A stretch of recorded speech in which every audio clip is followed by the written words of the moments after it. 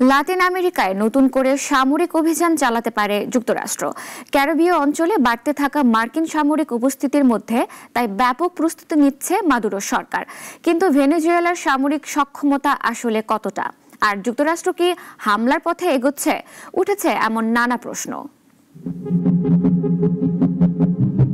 ভেনেজুয়েলার সমুদ্র সীমায় যুক্তরাষ্ট্রের যুদ্ধজাহাজ বাড়ছে, শুরু করেছে সাউদার্ন স্পিয়ার অভিযান। মার্কিন প্রশাসনের দাবি তাদের লক্ষ্য মাদক চোরাচালানকারীরা।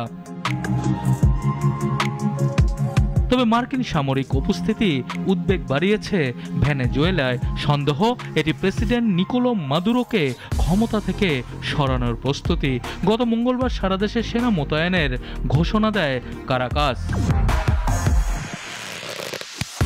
গত কয়েক সপ্তাহে ক্যারিবীয় সাগরে একের পর এক মার্কিন হামলা হয়েছে। মার্কিনিরা বলছে মাদকবাহী নৌযান টার্গেট করা হচ্ছে, কিন্তু হামলার পক্ষে কোনো প্রমাণ দেয়নি তারা, বরং আন্তর্জাতিক আইন লঙ্ঘনের অভিযোগ উঠছে। এছাড়া মোতায়েন করা হয়েছে বিশ্বের সবচেয়ে শক্তিশালী পারমাণবিক শক্তিশালী বিমানবাহী রণতরী USS জেরাল্ড আর ফোর্ড। এটি ছিচকে মাদক কারবারি দমনে নয়, প্রচলিত যুদ্ধের জন্যই বেশি উপযোগী। মনে করা হচ্ছে মাদক বিরোধী অভিযানের নামে মাদুরোকে রাজনৈতিক বার্তা দিতে চান ট্রাম্প। কিন্তু ভেনেজুয়েলা কি হামলা ঠেকাতে সক্ষম? সরকার বলছে তারা সব প্রদেশে 2 লাখ সেনা মোতায়েন করেছে।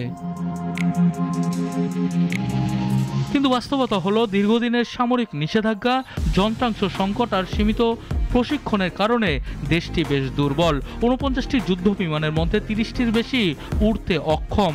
মাত্র 3টি F-16 কার্যকর আছে।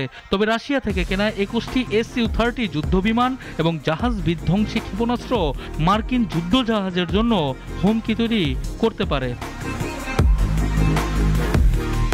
স্থলভাগে ভেনেজুয়েলার সেনারা সংখ্যায় বড় শক্তি, তবে সমুদ্র ও আকাশে যুক্তরাষ্ট্রের সঙ্গে তাদের তুলনায় চলে না।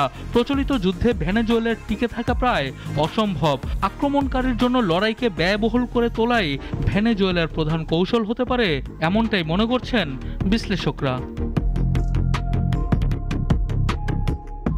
সানি আহমেদ, নাগরিক।